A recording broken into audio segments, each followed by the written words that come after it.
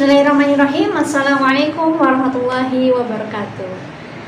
Bagaimana kabarnya anak-anakku semuanya? Alhamdulillah, luar biasa. Harus jadi lebih baik Allah.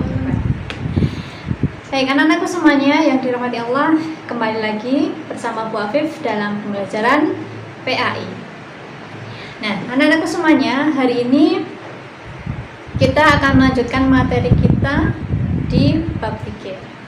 Nah, kalian sudah siap? Silakan disiapkan buku paket kalian, ya, buku paket PAI kalian, ya. Silakan dibuka. Nah, ini kita akan membahas, mengupas materi yang ada di sini. Jadi, silakan dipersiapkan alat tulisnya, buku tulisnya. Ya. Oke, sudah.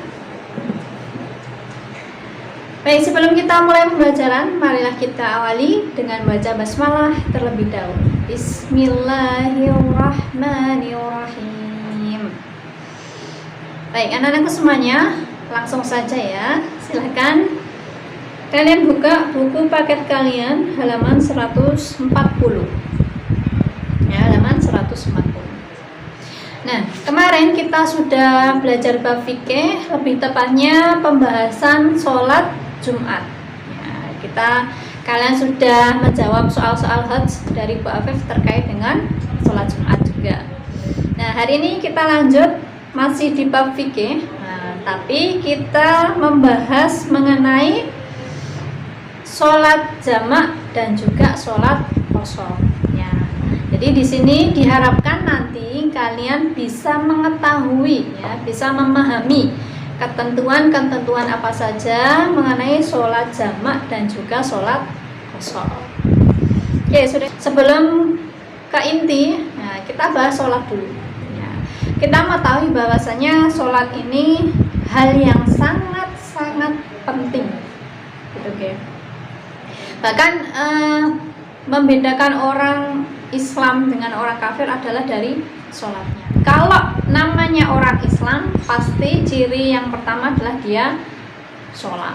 Nah, dikatakan juga bahwasanya sholat ini adalah tiangnya agama. Ya, tiangnya agama. Kalau kita mendirikan sholat, berarti kita membangun tiang itu. Ya, kalau kita meninggalkan sholat, berarti kita merobohkan tiang itu. Ya, seperti halnya analogi bangunan. Ya. Jadi sholat itu tiangnya atau pondasinya sebuah rumah, misalkan ini sebuah analogi. Sedangkan nanti atapnya dan juga isinya itu adalah amalan-amalan kita yang kita lakukan di luar sholat. Nah, ketika kita menjaga sholat kita, maka amalan-amalan itu juga akan kokoh, ya, akan utuh, akan aman. Tetapi bayangkan ketika tiangnya itu roboh, ketika tiangnya itu runtuh, pondasinya runtuh, seperti halnya ketika kita meninggalkan sholat. Ya, apa yang terjadi? Bangunannya, rumahnya tentu juga ikut roboh, ya. Atapnya juga ikut runtuh. Begitu pula dengan amalan-amalan kita yang sudah kita bangun. Nah, itu sedikit analogi betapa pentingnya sholat. Nah, kan tetapi di ajaran Islam itu memiliki ringanan, ya, yang Allah berikan. Nah, ini menandakan Islam itu indah, Islam itu mudah, Islam itu enak, gitu ya. Jadi ketika kalian misal perjalanan jauh, gitu ya, dalam keadaan sempit, kayak gitu. Nah, bagaimana sholatnya? Nah, di sini ada rukhsah, ya, ada rukhsah yang diberikan kepada kita. Yakni apa? Yakni sholat jamak dan juga sholat qashar. Nah, di halaman 141 ya, mari kita lihat, ya. Kita lihat semuanya. Aku ingin tahu tentang ketentuan sholat jamak. Nah, sholat jamak ada yang sudah tahu? Nah, kalau belum dibaca itu ya, sholat jamak artinya sholat fardu yang dikumpulkan atau digabungkan. Nah, berarti maksudnya menggabungkan sholat fardu, ya, antara sholat fardu satu dengan sholat fardu yang lainnya. Nah, itu jamak. Nah, misal sholat duhur dan asar, nah itu dijamak menjadi satu. Nah, itu artinya sholat jamak. Kemudian sholat jamak ini boleh, ya, boleh dilakukan di awal sholat fardu yang pertama atau di akhir sholat fardu yang kedua. Ya, jadi ada jamak takdim namanya dan juga jamak takhir. Ada dua ya, sholat jamak dibagi menjadi dua.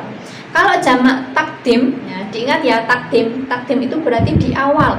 Ya, misal sholatnya zuhur dan asar mau dijamak, berarti kalau jamaknya itu di sholat zuhurnya, sholat zuhur dan asar digabung jadi satu waktu. Nah, waktunya itu di waktu zuhur, maka dia melaksanakan sholat jamak takdim. Nah, kalau takhir, sholat jamak takhir berarti kebalikannya, melaksanakan dua sholat fardu yang digabung jadi satu di waktu yang akhir. Nah, kalau sholatnya zuhur dan asar berarti dilakukan di waktu asar. Nah, seperti itu ya. Nah, kalau hukumnya sendiri melakukan sholat jamak ini boleh ya, boleh dengan ketentuan atau syarat-syarat. Salah satunya adalah sedang safar ya, safar atau melakukan perjalanan jauh. Kemudian silakan dibuka di halaman 142. Nah, oke, silakan dibuka. Di bagian terakhir itu ada syarat melakukan sholat jamak. Ya, jadi ada syarat-syaratnya ya, bukan terus karena males gitu ya, di rumah males sholat, nah terus Allah tak jamak wae. Nah, tidak bisa ya, tidak bisa seperti itu. Jadi ada syarat-syaratnya. Nah, apa saja? Oke, kita cek yang pertama. Pada saat sedang melakukan perjalanan jauh, jarak tempuhnya tidak kurang dari 80,640 km. Nah, jadi bukan safar misal ke rumah saudara yang waktunya mungkin hanya 30 menit, 15 menit. Nah, terus itu bisa dikatakan safar yang dibolehkan sholat jamak, bukan ya. Tapi perjalanan yang di sini memang jaraknya jauh, seperti itu. Kemudian yang kedua, perjalanan yang dilakukan bertujuan baik, bukan untuk kejahatan dan juga maksiat. Ya, jadi tujuan perjalanannya ini baik, ya, untuk menyambung silaturahim mungkin atau agenda apa seperti itu. Kemudian ada yang ketiga, sakit atau dalam keadaan yang sulit. Ya, mungkin sakit pas di rumah sakit kayak gitu ya, harus diopnam dan sebagainya. Kemudian yang keempat, sholat yang dijamak adalah sholat adaan ya, atau yang tunai, bukan sholat qadha. Kemudian yang kelima, berniat menjamak ketika takbiratul ihram ya, jadi ada niatan untuk menjamak sholat. Nah, itu tadi beberapa syarat yang harus kita lakukan ketika kita mau menjamak sholat ya. Bisa dipahami ya? Oke, kemudian kita next di sholat qasar ya, jadi ada sholat jamak, ada sholat qasar. Nanti selanjutnya ada sholat jamak qasar. Nah, itu.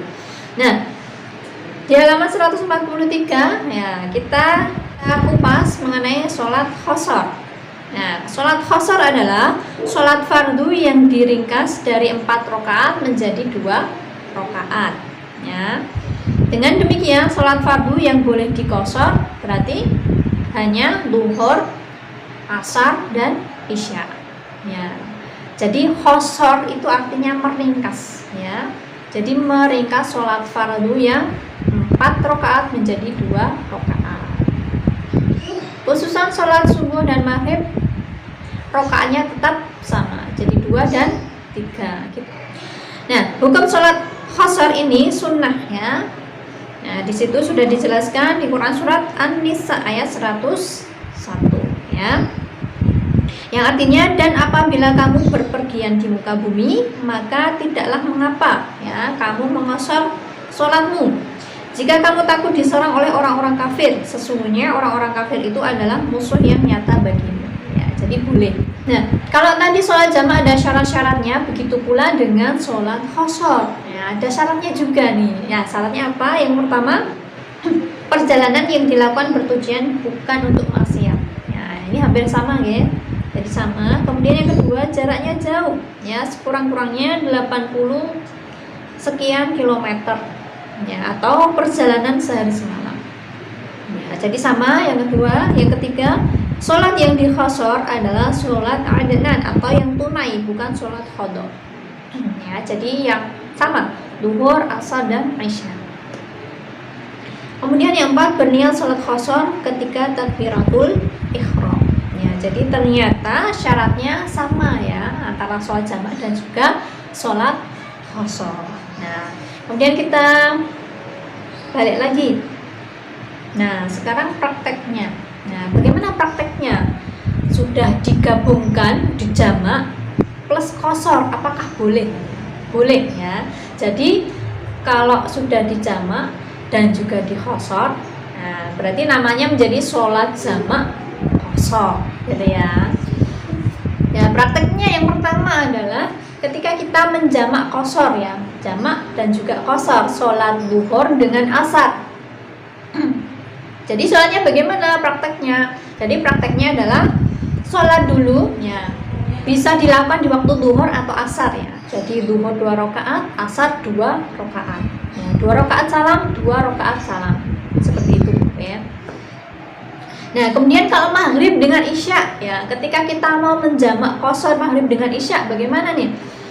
Nah, gampang saja, berarti maghribnya 3 karena dia tidak bisa diqashar ya, tetap dilakukan 3 rakaat. Kemudian salam, setelah salam selesai bangkit berdiri lagi untuk menjalankan sholat isyanya yang 2 rakaat saja. Nah, itu cara kita menjamak qashar sholat fardhu. Mungkin ini sedikit materi kita hari ini ya, semoga bermanfaat dan juga bisa menambah wawasan kita terkait dengan sholat jamak qashar. Nah, setelah ini silahkan kalian kerjakan kuis yang Bu Afif share di @modo. Nah, kita cek ya sejauh mana kefahaman kalian terkait dengan sholat jamak dan juga sholat qashar dan jamak qashar. Terima kasih banyak sudah menyimak sampai akhir. Sekian, kurang lebihnya mohon maaf. Billahi fi sabilillah fastabiqul khairat. Wassalamualaikum warahmatullahi wabarakatuh.